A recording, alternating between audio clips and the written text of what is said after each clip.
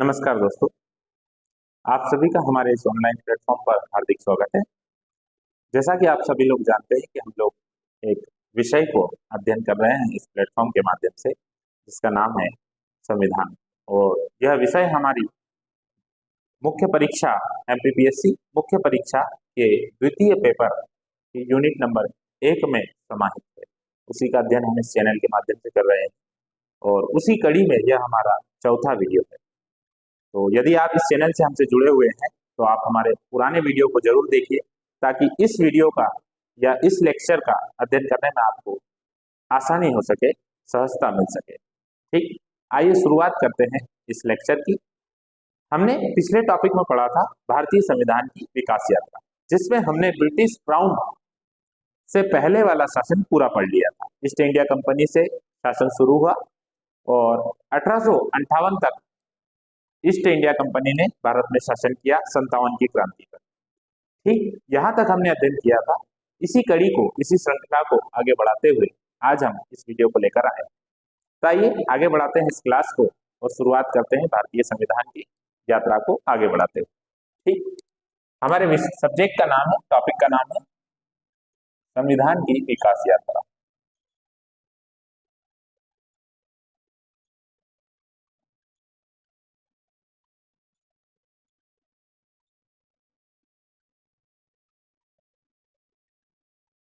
या फिर यूं कह लीजिए कि भारतीय संविधान का विकास। जो भारतीय संविधान का विकास है वो 2 चरणों में हुआ, जिसमें एक चरण का हमने अध्ययन कर लिया था। तो जो पहला चरण है वो है ईस्ट इंडिया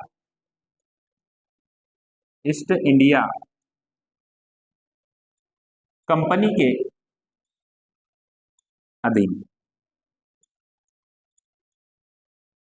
और जो दूसरा चरण है वो है हमारा ब्रिटिश क्राउन के अधीन शासन।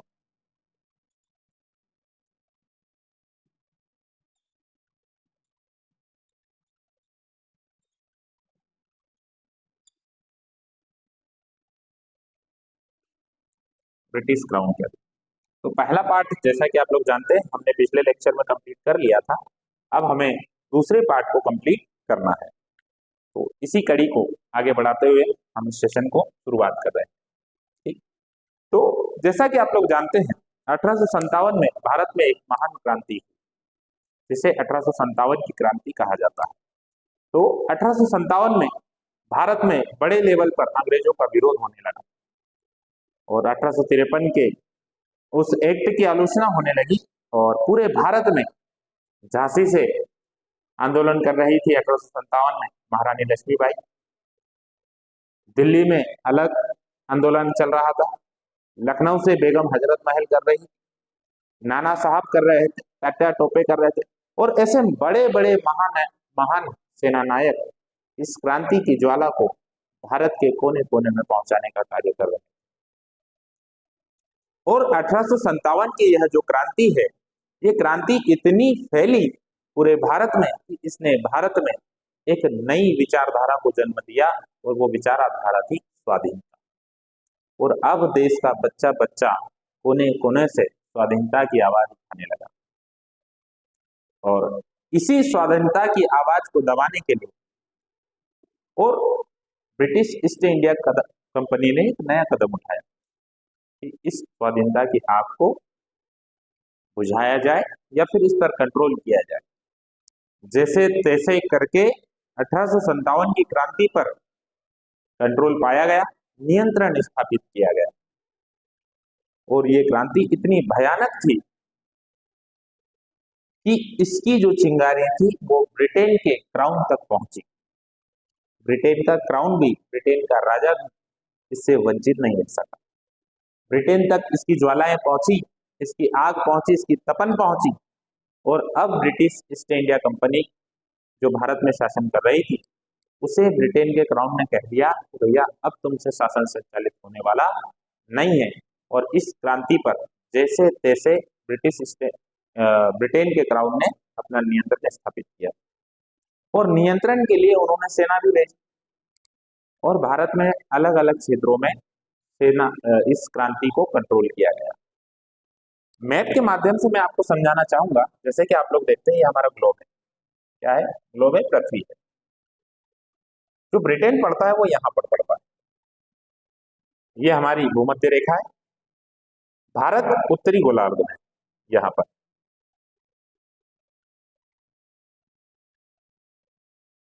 भारत यहाँ पर।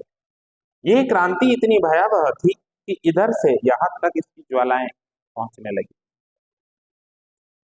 और अब ब्रिटेन के क्राउन ने कंपनी को वापस बुला लिया। जैसे तैसे क्रांति पर अपना नियंत्रण पाया गया और कंपनी को अब वापस बुला लिया।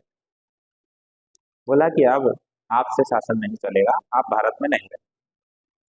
और एक एक्ट भारत में पारित किया गया, उसको कहा जाता है भारत शासन।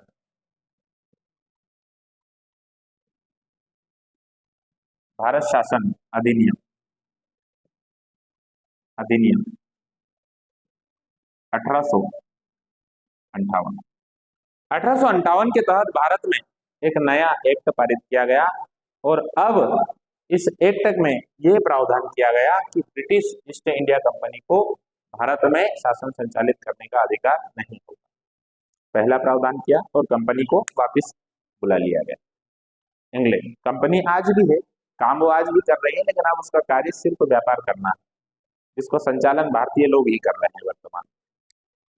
लेकिन ये कंपनी अब भारत से चली गई और अब भारत पर ब्रिटेन के क्राउन का सीधा नियंत्रण स्थापित हो गया। कब? 1858 के इस एक्ट के माध्यम से अब ब्रिटेन का सीधा नियंत्रण स्थापित हो गया।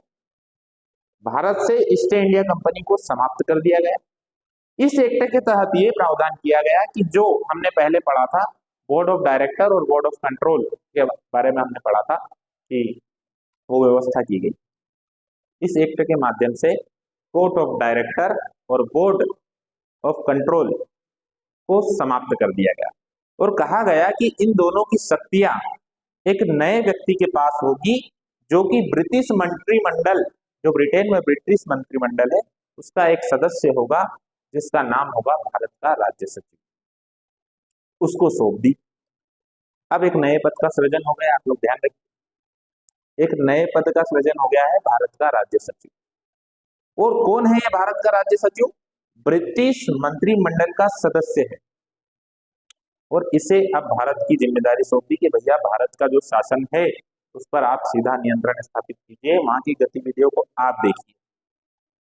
ये व्यवस्था की गई और इस पद का नाम रख दिया भारत का राज्य सचिव।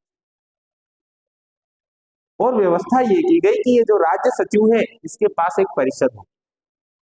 परिषद मतलब काउंसिल, कुछ सदस्यों का समूह। और कहा गया कि उस परिषद में 15 लोग होंगे। कितने लोग होंगे? 15 लोग। और 15 लोगों का यह समूह, यह परिषद ही राज्य सचिव की सहायता करेगी भारत के शासन संचालन। अच्छा, ये राज्य सचिव बैठेगा कहां पर? तो व्यवस्था ये की गई कि ये जो राज्य सचिव है इंग्लैंड में ही बैठेगा।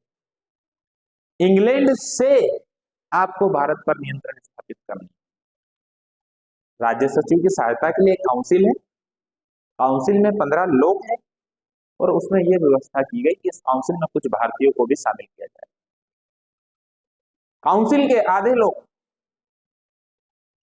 वे होंगे जिन्हें भारत में कार्य करने का कम से कम 10 वर्ष का अनुभव हो। दूसरी बात, वे लोग होंगे जो कंपनी से आए हुए हैं और उन्हें अभी भारत से आए हुए 10 वर्ष से अधिक नहीं हुए। मतलब इस काउंसिल में आधे लोग वे थे जो पहले से ही भारत में कार्य करने का अनुभव रखते थे। दूसरी बात, उन्हें भारत से अभी आए हुए 10 वर्ष से अधिक नहीं हुए। यह व्यवस्था की गई 1858 के एक्ट के तहत। साथ में भारत के राज्य सचिव को वो तमाम पावर्स दे दी गई, तमाम शक्तियां दे दी गई, जो कि इससे पहले बोर्ड ऑफ डायरेक्टर और बोर्ड ऑफ कंट्रोल को थी। अब ये सारी शक्तियां किसके पास आ गई? राज्य सचिव के पास आ गई। और ये राज्य सचिव भारत पर सीधा नियंत्रण स्थापित करता है। तो ये तो ब्रिटेन की कहानी। ये जो राज्य सचिव था ये ब्रिटिश मंत्रिमंडल के प्रति उत्तरदायी था, जवाबदेह था, सीधे सीधे क्राउन की ओर, क्राउन के प्रति। भारत की तमाम गतिविधियों की जानकारी सीधे तौर पर ब्रिटिश के क्राउन के देता था, ब्रिटिश क्राउन को देता। ये व्यवस्था की गई इस एक्ट के तहत।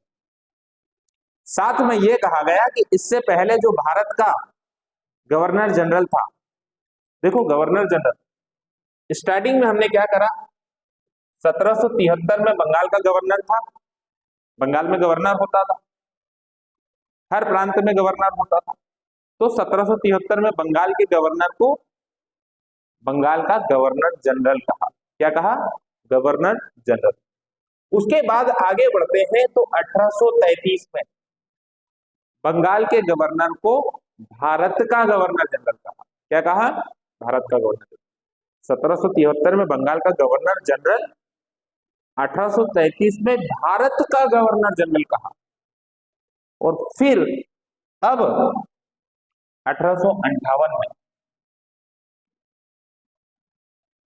इस एक्ट के माध्यम से यह व्यवस्था की गई कि जो भारत का गवर्नर जनरल था उसे अब से वायसराय कहा जाए। वॉइस रॉय, और रॉय शब्द यहाँ पर रॉयल को इंगित करता है। और जितने भी गवर्नर्स वगैरह होते थे ये ब्रिटिश क्राउन के कुछ न कुछ सगे संबंधी होते थे, रिश्तेदार होते थे, रॉयल फैमिली से बिलोंग करते थे। भारत के अंदर इसे भेजा गया, भारत के अंदर इसे भेजा गया और कहा कि भैया भारत में आप सीधे तौर पर नियंत्रण स्थापित करेंगे और आप भारत की तमाम गतिविधियों को नियंत्रित करते हुए उसकी रिपोर्ट भारत के राज्य सचिव को देंगे और राज्य सचिव वो रिपोर्ट किसको देगा? ब्रिटिश क्राउन को देगा। यह व्यवस्था शासन चला कुछ समय तक, यह व्यवस्था चली और यह व्यवस्था की गई कि जो वायसराय है इसकी सहायता के लिए कुछ लोग होंगे। वायसराय की भी अपनी काउंसिल हुआ करती, उसकी सहायता करने के लिए 4 लोग थे। आप लोगों ने पहले पढ़ा था बंगाल की गवर्नर में, हमने पढ़ा था कि 1773 के एक्ट में बंगाल के गवर्नर को सहायता देने के लिए 4 लोगों की काउंसिल हुई, पढ़ा था। वायसराय के पास ये काउंसिल। इसके बाद कुछ समय बाद वायसराय ने यह कहा कि भैया मुझे अगर भारत में काम करना है तो मुझे कुछ शक्तियां और दी जाए ताकि मैं भारत में अच्छे से काम कर सकूं, भारत में ब्रिटिश शासन को स्थापित कर सकूं। वायसराय ने शक्तियां मांगी और इसी क्रम में ब्रिटिश क्राउन में, ब्रिटिश मंत्रिमंडल में एक नया एक्ट पारित कर दिया जाता है, भारतीय परिषद अधिनियम। भारत परिषद अधिनियम पारित कर दिया जाता है। भारत परिषद अधिनियम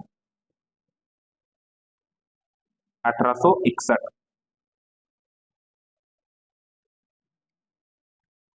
1861 में इसके दायरे को बढ़ाया जाता है। परिषद में जो 4 लोग हुआ करते थे अब उसमें एक नया सदस्य शामिल कर लिया जिसको कहा कि भाई वो विधि सदस्य होगा, विधि का ज्ञाता होगा। उसके दायरे को बढ़ा दिया गया, सहायता करने के लिए एक व्यक्ति की और नियुक्ति कर। साथ में वायसराय को यह भी शक्ति दी कि अब वो क्षेत्रीय कार्यों के लिए नीतियां बना सकता है, परंतु कोई भी नीति बनाने से पहले वो राज्य सचिव से सहायता लेगा। ये राज्य सचिव वही है, उससे परमिशन लेगा और यही राज्य सचिव, यानी कि आप लोग जैसा जानते हैं वर्तमान में भारत में कोई भी कार्य जो होता है वो राष्ट्रपति के नाम से होता है, यानी कि प्रत्येक कार्य किसके नाम से हो रहा था? वायसराय के।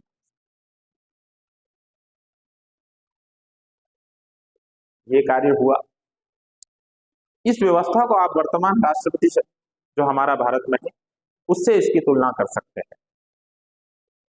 इसी प्रकार भारतीय संविधान हमारा धीरे धीरे विकसित होता जाता है और इन ब्रिटिशों द्वारा पारित एक्टों से हम चीजें सीखते जाते हैं और जब हमारा संविधान बनता है तो उसमें हम इनकी बहुत सारी चीजों को कॉपी करते हैं, भारतीय परिस्थितियों के अनुरूप उनको लेकर आते हैं। यह व्यवस्था होती है। 1861 के एक्ट के तहत वायसराय को शक्तियां प्रदान की जाती है। और अब ये जो वायसराय है,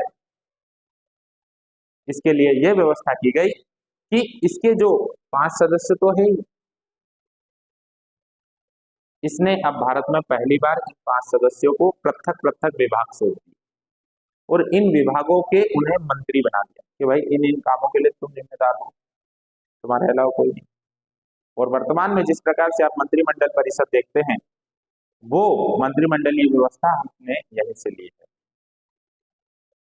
उसी प्रकार अब मंत्रिमंडल यानी विभागीय प्रणाली प्रारंभ करते हैं 1861 के एक्ट के तहत।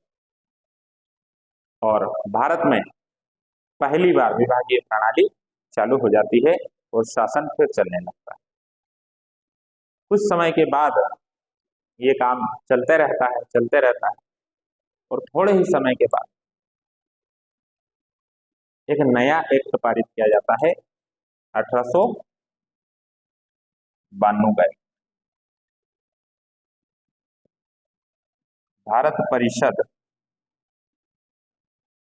अधिनियम 1892। 1892 में भारत परिषद अधिनियम 1892 आता है।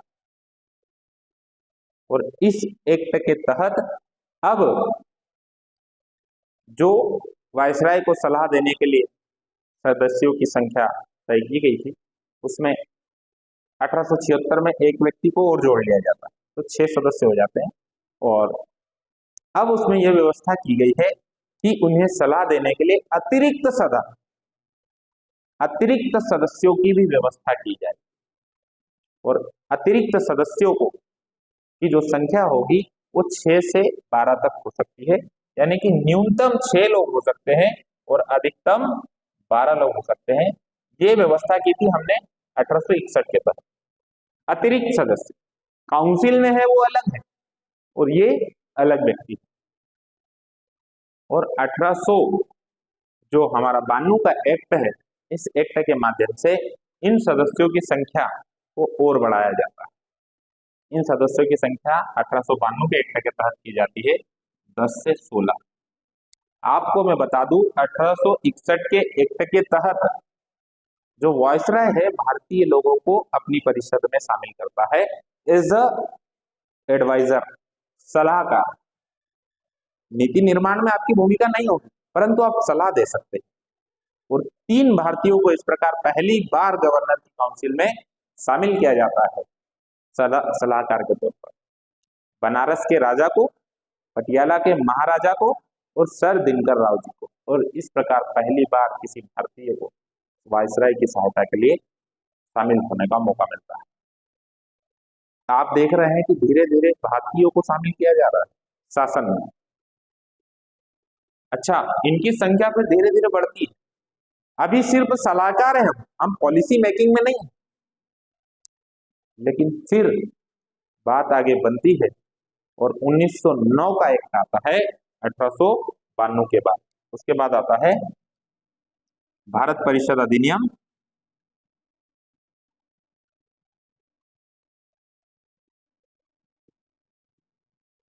1909।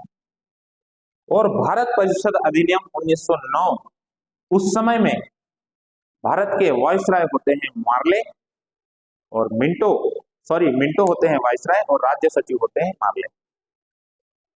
इस वजह से इस अधिनियम को कहा जाता है मार्ले मिंटो अधिनियम 1909। इस अधिनियम की कुछ कमियों को सुधार करने के लिए अब भारत वायसराय का जो है वो चाहता है कि उसे और शक्तियां दिया जाए, उसकी जो कार्यकारिणी है उसका विस्तार किया जाए। और इस अधिनियम के माध्यम से अब ये जो अतिरिक्त सदस्य 10 से 16 थे, इनकी संख्या 60 तक कर दी जाती है। और एक नए व्यक्ति को जो कार्यकारिणी की सदस्य थी गवर्नर की परमानेंट काउंसिल पॉलिसी मेकिंग, उसमें एज अ विधि सदस्य के तौर पर सत्येंद्र नाथ सिन्हा को शामिल किया जाता है। और सत्येंद्र नाथ सिन्हा इस प्रकार भारतीय जो व्यक्ति है गवर्नर की काउंसिल में, वायसराय की काउंसिल में शामिल होने वाले पहले भारतीय बनते। और इस प्रकार पहला व्यक्ति जो भारतीय है गवर्नर की काउंसिल में शामिल होता है और हमें अब पॉलिसी मेकिंग, नीति बनाने में शामिल होने का मौका मिलता है और अब हम नीति बनाने के लिए तैयार हो जाते हैं। धीरे धीरे आप लोग देखेंगे कि इन्हीं व्यवस्थाओं में जो संख्या बढ़ रही है, काउंसिल का आकार बढ़ रहा है, ये आने वाले समय में हमारी संसद का रूप लेंगे, पार्लियामेंट्री सिस्टम का रूप लेंगे और इस एक्ट के माध्यम से फिर व्यवस्था चलती है। कुछ समय तक व्यवस्था चली, सदस्यों का विस्तार किया गया, अब सदस्यों की संख्या 60 तक कर दी गई, कानून चला। उसके बाद आप लोग जानते हैं कि 1906 में मुस्लिम लीग की स्थापना हो जाती है, मुस्लिम लीग भी अपनी मांगने लगती है। कांग्रेस 1885 में स्थापित हो जाती है। कांग्रेस भी अब प्रारंभ में वो लोग अंग्रेजों की हिमायती रहते हैं, अंग्रेजी शासन, क्योंकि धीरे धीरे शासन में आना है ना, कैसे आएंगे, ऐसे ही आएंगे, आते हैं। लेकिन जब 1909 का एक्ट आता है तो वो अब प्रखर रूप से ब्रिटिश शासन की आलोचना करने लगते हैं और देश के लिए मांगे उठाने लगते हैं। और आप लोग देखते हैं कि कांग्रेस का सूरत अधिवेशन होता है जिसमें कांग्रेस का विभाजन भी होता है और ये लोग अब स्वाधीनता की मांग को और बड़े स्तर पर मांगने लगते हैं। अब ये चाहते हैं कि भैया भारतीय लोगों को और शामिल किया जाए, इतने लोगों से नहीं होगा काम। अब ये मांग करते हैं। इस प्रकार 1919 के एक्ट के तहत ये व्यवस्था बढ़ती है और अब वो जो संख्या आप लोग 10 से 16 देख रहे हैं वो अब हो जाती है 60 तक। केंद्र में द्विसदनात्मक व्यवस्था हो जाती है, 2 सदन, जैसे कि वर्तमान में आप लोग देख रहे हैं राज्यसभा और लोकसभा। ये शासन प्रणाली आगे चलती है और आता है 1919 का एक्ट और फिर नया एक्ट आता है भारत परिषद अधिनियम।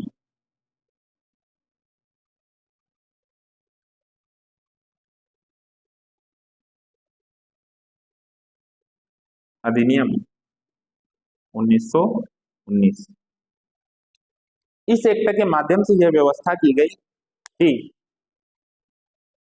प्रांतों में द्वैत शासन होगा, मतलब प्रांतों में 2 अलग अलग बॉडीज होगी जो समकक्ष कानून बनाने की पावर्स रखती है, उनको कार्य अलग अलग सौंप दिए। प्रांतों में द्वैत शासन चालू कर दिया गया और प्रांतों में ये जो द्वैत शासन की व्यवस्था चालू हुई है, इसके बाद एक नया प्रावधान ये कर दिया जाता है कि अब भारत में एक लोक सेवा आयोग होगा। क्या होगा? लोक सेवा आयोग। और पहली बार भारत में लोक सेवा आयोग की स्थापना का प्रावधान कर दिया जाता है। साथ में यह व्यवस्था भी की जाती है कि भारत में जो शासन प्रणाली चल रही है ये 10 वर्ष में कितनी प्रगति कर आई है, इसका भी प्रावधान करने का एक निर्णय लिया गया कि हम एक ऐसे वैधानिक आयोग की स्थापना करेंगे जो भारत में 10 वर्ष बाद अपनी रिपोर्ट प्रस्तुत करेगा और बताएगा कि भारत ने कितनी प्रगति करी। और आप लोग जानते हैं कि साइमन कमीशन की स्थापना की जाती है, चूंकि 10 वर्ष बाद करना है, यानी 1919 में व्यवस्था की। और आप लोग इन अंग्रेजों की बातों को देखिए कि कानून पारित कर रहे हैं 1919 में और उसको लागू कब कर रहे हैं? 1926 में ली कमीशन की सिफारिशों पर लोक सेवा आयोग का गठन करते हैं। कानून 1919 में पारित किया। आज आप लोग देखते हैं कि 1 वर्ष के भीतर कोई भी कानून पारित होता है तो वो 1 वर्ष के भीतर लागू पूरी तरीके से हो जाता है और इम्प्लीमेंट हो जाता है, जमीनी स्तर पर कार्य करना। ये मूर्ख लोग 1919 में कानून पारित करते हैं और उसे अभी तक इम्प्लीमेंट नहीं करते, बेवकूफ बना रहे हैं। व्यवस्था आगे बढ़ती है। चूंकि ब्रिटेन में कंजर्वेटिव सरकार है और कंजर्वेटिव सरकार को यह लगता है, कंजर्वेटिव पार्टी को, यह सरकार को लगता है कि शायद जो लेबर पार्टी है वो भारतीयों के पक्ष में निर्णय दे सकती है, इसलिए वो 1930 से पहले 3 वर्ष पहले ही इस वैधानिक आयोग का गठन कर देती है, जो कि भारत में ये बताएगा कि भारत में प्रगति कितनी पहले ही कर देता है। और साइमन कमीशन में पूरे के पूरे अंग्रेज लोगों को शामिल किया जाता है, और साइमन उस समय में इस आयोग के अध्यक्ष होते हैं, इसलिए इसको साइमन कमीशन कहा जाता है। इस कमीशन में 7 लोगों को शामिल करने की व्यवस्था की गई, और ये जो 7 लोग थे ना, ये सातों के सातों अंग्रेज थे, इसलिए भारतीयों ने इसे व्हाइट मैन कमीशन की संज्ञा दी। क्यों दी? क्योंकि सारे के सारे लोग अंग्रेज थे।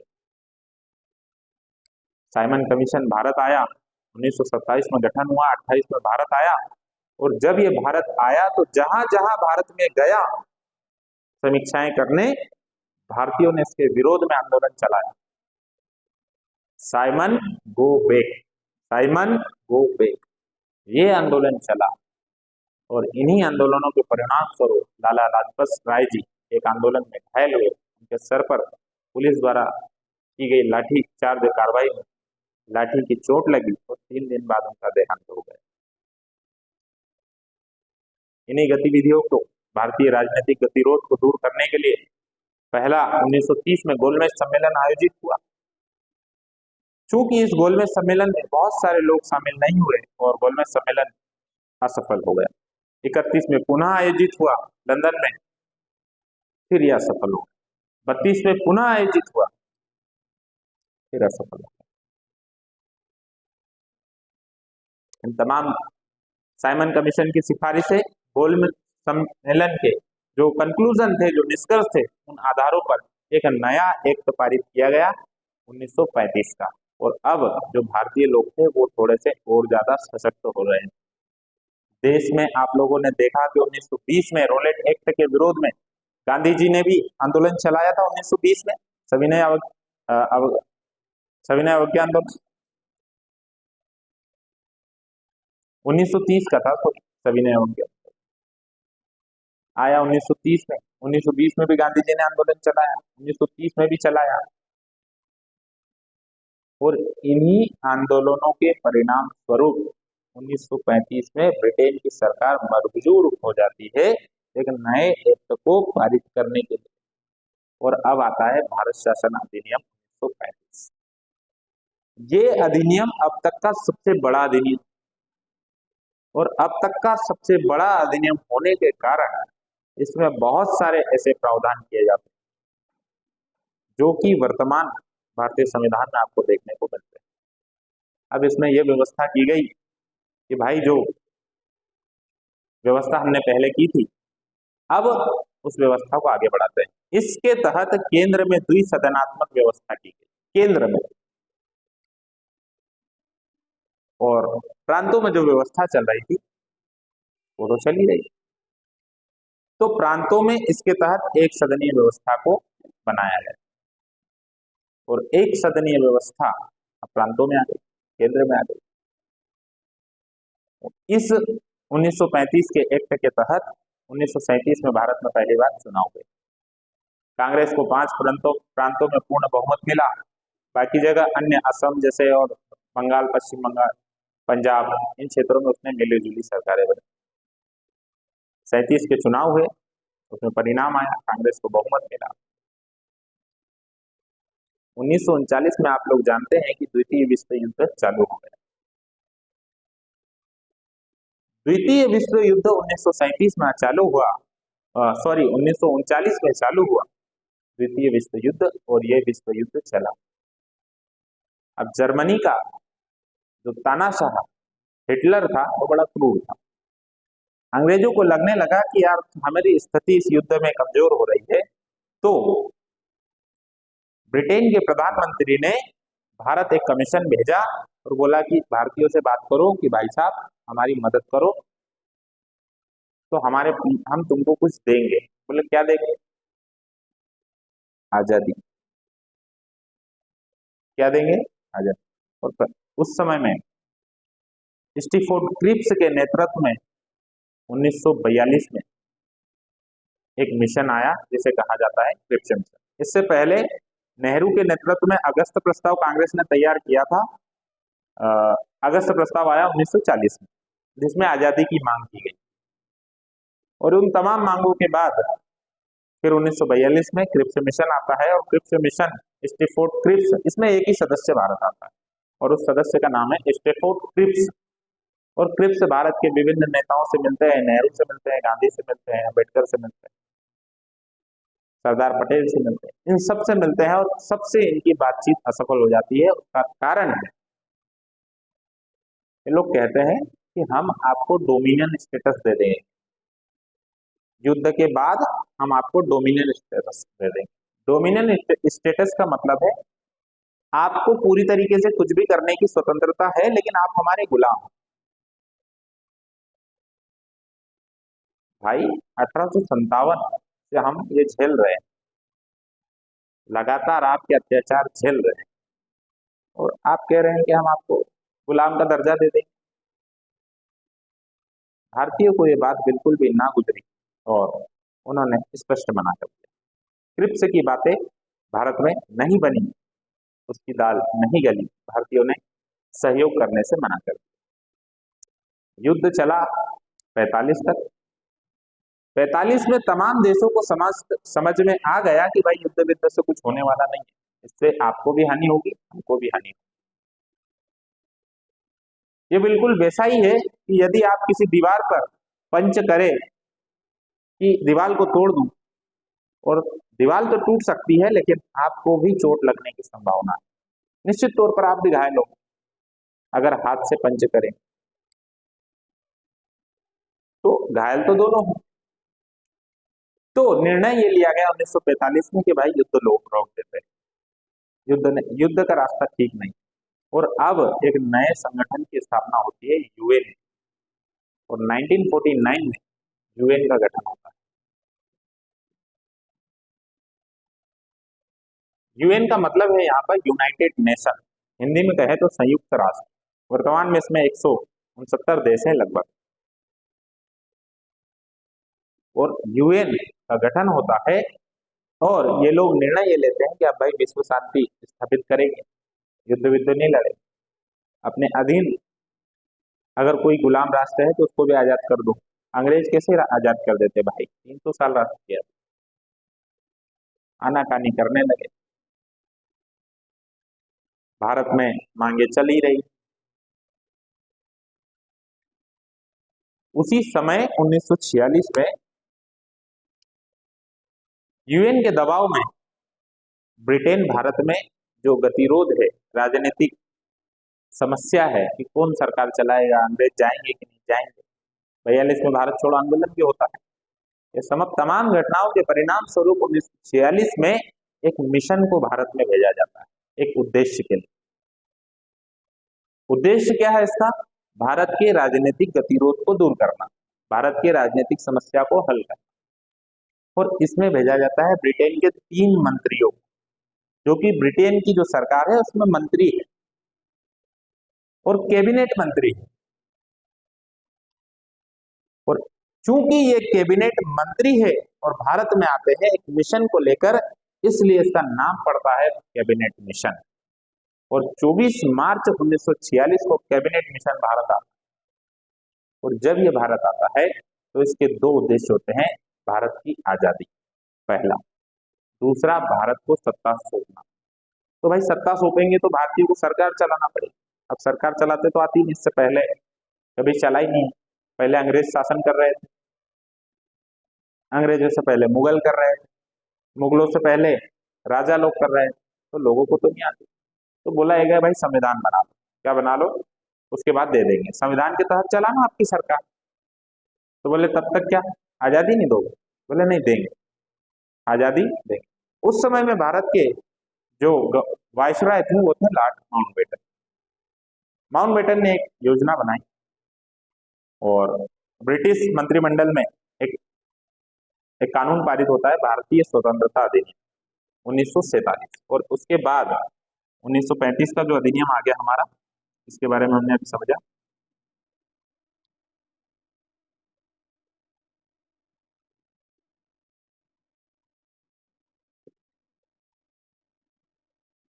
इसके बाद आता है भारतीय स्वतंत्रता अधिनियम।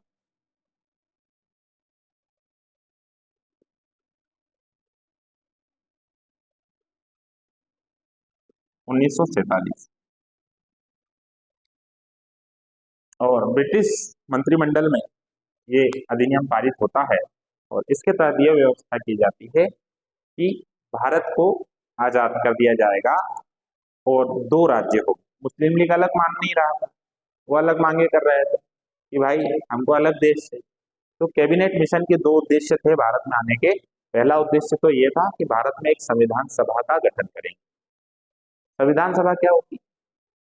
वह सभा जो उस देश के लिए संविधान का निर्माण करे, उसे ही संविधान सभा का। दूसरा इसका उद्देश्य था कि भाई जब तक संविधान बन नहीं जाता है तब तक सरकार कौन चलाए, तो सरकार ये सभा ही चलाई और इस सभा को अंतरिम सरकार के रूप में काम करना है। ये दो उद्देश्य। तो कैबिनेट मिशन भारत आया कि भाई सभा का गठन कर दे और अंतरिम सरकार का गठन कर दे। इस प्रकार कैबिनेट मिशन भारत आया और इन्होंने सभा का गठन किया। 24 मार्च 1946 को कैबिनेट मिशन भारत आता है। जुलाई 1946 को भारत में संविधान सभा में अब शामिल कौन होगा, ये चुनौती। तो निर्णय ये लिया गया कि भारत की उस समय की जो वर्तमान जनसंख्या थी तत्कालीन पूरे देश की, उस जनसंख्या में अलग अलग क्षेत्रों से लोग आए। तो बोले कितने आए? तो बोले काम करते हैं 10 लाख जनसंख्या पर एक सीट तय करते हैं, यानी कि उस क्षेत्र की 10 लाख जनसंख्या में से कोई एक व्यक्ति आएगा। इस प्रकार 10 लाख की जनसंख्या पर एक व्यक्ति यानी एक सीट तय की गई और उस समय में सीटें तय हुई कुल 390, 390 सीटें तय की। तो जुलाई 1946 में इन सीटों के लिए चुनाव हुए। इस चुनाव में कई पार्टियों ने भाग लिया, कांग्रेस ने भाग लिया, मुस्लिम लीग ने भाग लिया और भी अन्य छोटे छोटे दलों ने भाग लिया। तो इस चुनाव में कांग्रेस को मिली 208 सीटें और मुस्लिम लीग को मिली 73 सीटें और अन्य जो छोटे छोटे दल थे इन्हें एक एक सीटें मिली और इस प्रकार कुल मिली उन्हें सीटें 15। और जब आप ये कैलकुलेशन करेंगे कि कितनी क्या सीटें हुई तो 390 में से 208 मिली कांग्रेस को, 73 मिली मुस्लिम लीग को और अदर को मिली कितनी 15। तो इनको जब आप जोड़ेंगे तो ये निकलेगा 8 5 13, 13 और 3 16 की 6, हाथ की 1 7 और 2 9 और 2 का 2, तो टोटल सीट 296। तो आप कहेंगे कि सर सीटें तो 389, सीटें तो चुनाव तो इतने पर ही हुए। हाँ इतने पर ही हुए चुनाव, क्योंकि जो 93 सीटें थी वो राजाओं के लिए तय की गई। अलग अलग रियासत से टोटल 93 लोग आए और राजाओं ने इस चुनाव में भाग लेने से मना कर दिया। जैसे कि मैं अगर किसी राजा को कहूं कि भाई तुम मेरे इसमें विलय कर लो, तुम्हारा राज्य मुझे दे दो, तो वो देंगे क्या? बिल्कुल नहीं देंगे। क्यों देंगे? राजा लोग भी मना कर गए, बोले भाई पागल है, राज्य दे मांग रहा है, मना कर गया, राजा लोग मना कर गए। फिर बाद में ये राजा लोग धीरे धीरे संविधान सभा में शामिल होते हैं, क्योंकि आप लोग जानते हैं फ्रांस में क्रांति हुई, ब्रिटेन में क्रांति हुई, है ना। तो राजाओं को उन्होंने उस समय जो माउंटबेटन थे वो बड़े समझदार व्यक्ति, थोड़ा सा कह सकते हैं कि उनका रुझान भारतीय की ओर था। उन्होंने राजाओं से कहा कि देखो अगर आज तुम शामिल नहीं हुए तो कल तो होना ही, नहीं तो क्रांति हो जाएगी ब्रिटेन की तरह, वहां पे भी राजा का शासन था। तो क्रांति होना तय है, क्रांति होना तय है, इसलिए काम करो सीधे सीधे मान जाओ और आ जाओ। तो राजाओं ने इसमें मान गए। भारत में उस समय में लगभग मेरे ख्याल से, जहां तक मैं सोच पा रहा हूँ, 561 रियासतें थी, तो जिसमें लगभग सबने हाँ बोल दिया। 3 रियासतों ने आनाकानी करी, वो मना कर गई। जिसमें पहली थी जम्मू कश्मीर, जहां का राजा था हरिश्चंद्र, हरिचंद्र, दूसरा हरि सिंह था वहां का राजा, दूसरा था जूनागढ़, वो तीसरे नंबर पर था हैदराबाद, जहां का शासक था निजाम। निजाम मुस्लिम था। अब वहां की जो जनता थी तो निजाम मना कर गया। जम्मू कश्मीर में एक प्रमुख व्यक्ति था जिसका नाम था शेख अब्दुल्ला। ये एक अलग कहानी, इसको हम समझेंगे, है ना। तो इस प्रकार राजा भी भारत में शामिल, संविधान में भारतीय संविधान सभा में शामिल हो गए और इस प्रकार 93 सीटें राजाओं के लिए छोड़ दी। कितनी? 93 राजाओं के लिए छोड़ दी गई, तो उनकी सीटें खाली रह गई। कुछ ही समय में 15 अगस्त 1947 को भारत को आजाद कर दिया गया और दो राज्य बना दिए गए, एक बना भारत और एक बना पाकिस्तान। अब जो मुस्लिम लीग के लोग थे वो पाकिस्तान चले गए, तो 31 अक्टूबर 1947 को पुनः संविधान सभा का पुनर्गठन किया गया। कब किया गया? 31 अक्टूबर को पुनर्गठन किया गया। तो उसमें कुल सीटें जो हमने इससे पहले 389 निर्धारित की थी, अब निर्धारित की 299। कितनी निर्धारित की? 299, जिसमें देशी रियासतों के लिए रखी सीटें हमने 70। और इस प्रकार संविधान सभा बनी और देश हमारा आजाद हो गया 1947 में। और इस संविधान सभा को बनने, संविधान सभा ने फिर अपना संविधान बनाना चालू करा। ठीक, तो ये थी हमारे संविधान की कहानी कि कैसे संविधान बना। संविधान सभा ने फिर 2 वर्ष 11 माह 18 दिन तक काम किया और भारतीय संविधान को बनाकर तैयार किया। 26 नवंबर 1949 को भारतीय संविधान बनकर तैयार हुआ। 284 लोगों ने इस पर हस्ताक्षर किए और इसको स्वीकृत किया। कौन 284? जो संविधान सभा में शामिल, उन लोगों ने इसको एक्सेप्ट किया और संविधान बनकर रेडी हो गया। अभी लागू नहीं हुआ, अभी सिर्फ रेडी हुआ है, खाना बनकर तैयार हुआ है, अभी परोसा नहीं गया है। भारतीय संविधान बनकर तैयार हुआ। और अब भाई कोई भी काम करते हैं तो हम लोग मुहूर्त निकालते हैं। हम बहुत पहले मुहूर्त निकाल चुके थे कि भाई हम अगर संविधान बनाएंगे तो लागू कब करेंगे। तो हमने जो मुहूर्त तय किया था वो किया था 26 जनवरी का, कि भाई जब भी संविधान बनेगा 26 जनवरी को लागू करेंगे। तो हमने 26 जनवरी 1950, अच्छा 49 में बन गया, 26 नवंबर 49, तो अगली जनवरी कब आएगी? 50 में आएगी। तो 2 महीने बाद करीब करीब 26 जनवरी 1950 को हमने भारतीय संविधान को पूरी तरीके से लागू कर दिया और अब हमारा संविधान बनकर तैयार भी है और लागू भी है। और इस प्रकार भारतीय संविधान बनकर तैयार हुआ। इसमें सर विकास कैसे हुआ, कैसे भारतीय संविधान का विकास? आप लोग देखिए, बंगाल का जो गवर्नर है वो धीरे धीरे से कुछ समय बाद पूरे भारत का गवर्नर बन जाता है। फिर भारत का गवर्नर बनने के बाद वायसराय बन जाता है। कोई भी काम वायसराय से पूछे बिना नहीं होगा। तो आप लोग देखिए, भारत का जो राष्ट्रपति है, जो भी काम होता है वो उसके नाम से होता है। सारे काम वायसराय के नाम से हो रहे थे, वो हो रहे हैं। कुछ समय के बाद उन्होंने मंत्रिमंडल की व्यवस्था कर दी, विभागीय प्रणाली की व्यवस्था कर दी। आप लोग देखिए, भारत में अभी वर्तमान में मंत्रिमंडलीय व्यवस्था है, हर राज्य में भी मंत्रिमंडल है, केंद्र में भी। उन्होंने प्रांतों में द्वैध शासन की स्थापना करी। अभी प्रांतों में देखिए, भारत के कई प्रांतों में विधान परिषद भी है, विधानसभा भी। उन्होंने केंद्र में विधानसभा द्विसदन की स्थापना करी। वर्तमान में भारत में है भाई लोकसभा और राज्यसभा। लोक सेवा आयोग की स्थापना करी, भारत में लोक सेवा आयोग है, केंद्रीय लोक सेवा आयोग भी है यूपीएससी, और राज्य लोक सेवा आयोग भी। हम एमपीपीएससी की चूंकि तैयारी कर रहे हैं, एमपीपीएससी हमारा एक लोक सेवा आयोग। चुनाव की बात करें तो इन्होंने धीरे धीरे भारतीयों को शामिल करना चालू करा। पहले मनोनयन के तौर पर, फिर इन्होंने चुनाव की प्रणाली लेकर आए। तो ऐसी विभिन्न व्यवस्थाएं जो है, जो वर्तमान में हमारे यहाँ चल रही है, वो हमने अंग्रेज जो हमारे यहाँ शासन संचालित कर रहे थे उससे ली है। ये हमने कॉपी नहीं करी, चोरी नहीं करी है। मान लीजिए कि आप जिस घर में रहते हैं तो आप 2 भाई हैं। कितने भाई हैं? 2 भाई। आप पेंट शर्ट पहनते हैं, वहां पर जब रहते थे साथ में तो दोनों भाई पेंट शर्ट पहनते थे। तो कुछ समय के बाद आप लोगों के बीच कुछ घटनाएं घटी और आप लोग अलग हो गए, दोनों ने घर अलग कर। तो क्या अब मैं पेंट शर्ट की जगह धोती कुर्ता पहनूं? भाई मैं तो वही पहनूंगा ना जो वहां पहन रहा था। तो हमारे यहाँ ये जो व्यवस्थाएं थी अंग्रेजों जो चला रहे थे उसके हम लोग अभ्यस्त थे।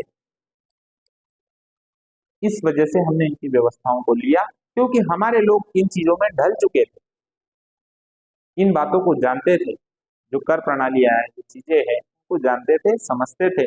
इस वजह से 1935 से के एक्ट से हमने बहुत सारी चीजें कॉपी कर ली, और ये थी हमारे भारतीय संविधान की विकास यात्रा। और अंततः हमने 26 जनवरी 1950 को भारतीय संविधान को बनाकर तैयार करके लागू करवा लिया, और तब से लेकर आज तक हमारे देश में भारतीय संविधान का शासन है।